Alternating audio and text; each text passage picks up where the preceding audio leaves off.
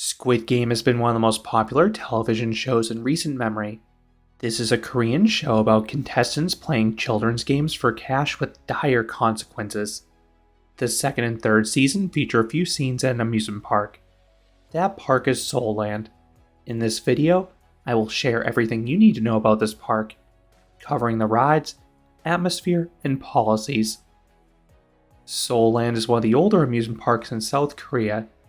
I've seen some sites say it opened in 1987, but most say it opened in 1988 to coincide with the Summer Olympics. As the name suggests, Seoul Land is located near South Korea's capital city of Seoul. It specifically is 12 miles or 20 kilometers south in the city of Gwacheon. It is part of the Grand Park complex. You can either arrive at the park by car or utilize public transit. If you use the subway, there's a station just outside Grand Park. This is 1 mile from Seoul Land's main entrance. You can either walk or take the paid elephant train to the main entrance. I never saw the front entrance though, as the taxi I used dropped me off by the east gate or back entrance. This was a cool arrival experience though, because it passed directly underneath Black Hole 2000, which is the park's largest roller coaster.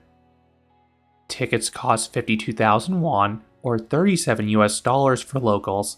You can save 15% if you arrive after 4 p.m. If you're a foreigner, you get a much larger discount. There's a coupon on the main website. If you show this plus your passport, you can enter for 28,000 won, or $20. That's a fantastic deal for what this park has to offer.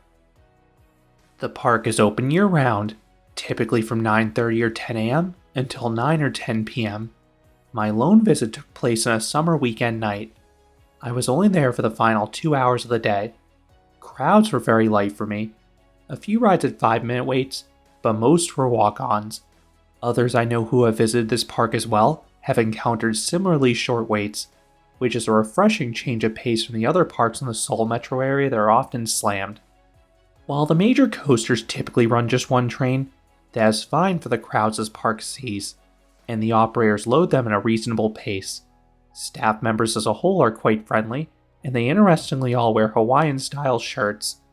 One note if you're a foreigner such as myself, very few staff members here speak more than a few words of English, but they'll happily work with you if you use something like Google Translate. The biggest issue with this park in my opinion is that the ride hours can differ significantly from those of the park. This was a recurring theme across South Korean theme parks. Black Hole 2000 closes 25 minutes before the park does. More severely, I missed the Columbia Double Loop roller coaster and the Drop Tower because they closed 4 hours before the park did. There were several flat rides that closed early as well, whereas some of the country's other parks would list their ride hours online, so you'd know in advance what was open. This park did not. Each ride had its opening hours posted only by their entrances. For the best odds of experiencing everything, come to this park early or midday. I went into this park expecting a pretty bare-bones amusement park, but this park actually looked quite nice. There was not much in terms of theming, but the rides were bright and colorful. Then this place really came alive at night. The midways were adorned with all these lights. Aesthetically, it looked like something you'd see at a Christmas holiday event versus your typical summer weekend. Speaking of which, the park did have one small themed area at Christmas. This section was really festive between the lights, music, and decorations. Going in, I expected this park to be fairly small and compact, but I was surprised to learn it spans 74 acres. The layout is basically a long strip with 2 midways running parallel to each other. While it takes a while to walk from one end to the other, it is fairly easy to navigate. Just be sure not to miss the section atop the hill with the Drop Tower and Sky Coaster. That is the one part that's a bit tucked away, but the 2 rides are tall so you can at least see them from the midway to tell you to go up there. Now let's run through the ride lineup. I think this is an area where the park could really improve in the future, especially compared to the country's other parks. The park currently has 5 different roller coasters. That is actually tied with Jeongju World for the most of any park in South Korea. However, none of the coasters here are standouts in my opinion. Black Hole 2000 looks like an Arrow of Vekoma multi-looper.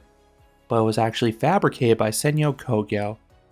The layout most resembles a jet coaster with mild drops and turns, but it also throws in two rather rough corkscrews. I was fortunately tall enough that my head cleared the top of the over-the-shoulder restraint, so I avoided any headbanging, but smaller guests will not be as lucky. Then if you're taller, avoid the back row of a car. These seats have very little legroom. I only fit in these rows by crossing my legs. If you want to learn more about this coaster, I have a full review already published to the channel. I think the park's best coaster is likely Columbia Double Loop. This is another Kogyo looping coaster. As I noted earlier, it was closed for me, but I've heard it tracks smoother than Black Hole 2000, and the two vertical loops should offer strong positive Gs. The lone family coaster here is Crazy Mouse, a wild mouse from an unknown manufacturer. The track and trains weirdly resemble something from an Arrow Looper. The ride is super smooth, but the layout lacks any sharp hairpin turns typically found in the model. You only get some weak to okay laterals in the final few turns, since you take them with decent speed. Then this park has two different kiddie coasters. Ticket Talk trains and interpark installation. It actually has a little power to it. The first turnaround offers a tiny pop of air in front. Then the final turn offers some solid laterals since it's completely unbanked and unbraked. Then there's Tobot Train, which is a Zamperla powered coaster. It has two tight helixes offering a decent amount of laterals. The non-coaster lineup is pretty good though. The park is just one adult water ride, but is a great one with Flume Ride. The course is nestled among the trees, and you pass some rocks and pirates. Then the experience culminates in one of the best drops of any flume. It is a large double down, and that second hump offers scary sustained floater airtime.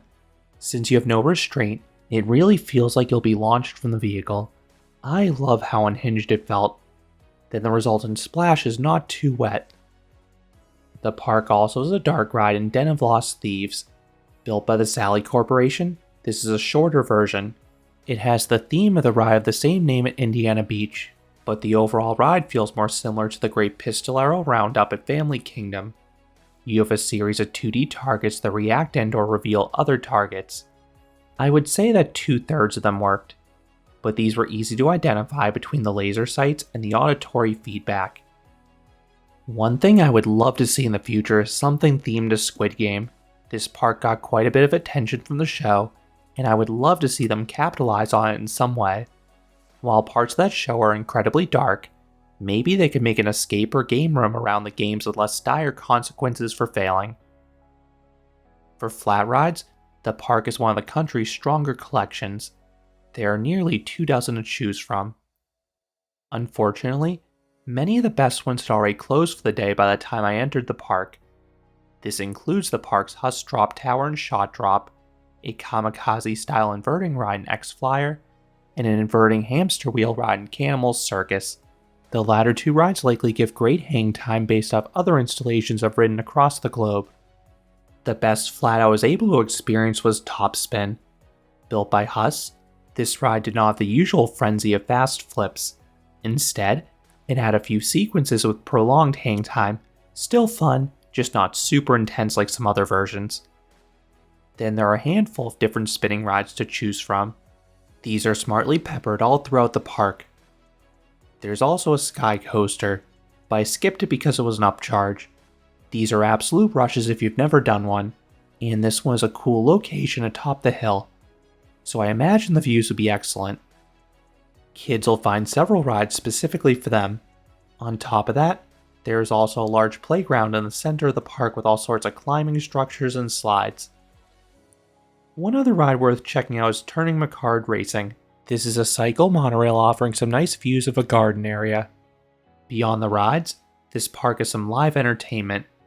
On the day I visited, the park had a brief fireworks show at night. Not sure how often they do this. You will also find several musical acts all across the park. The most notable for me by far was Super Mirror Ball. The park basically throws a rave every night. There is booming music, strobe lights, and disco balls.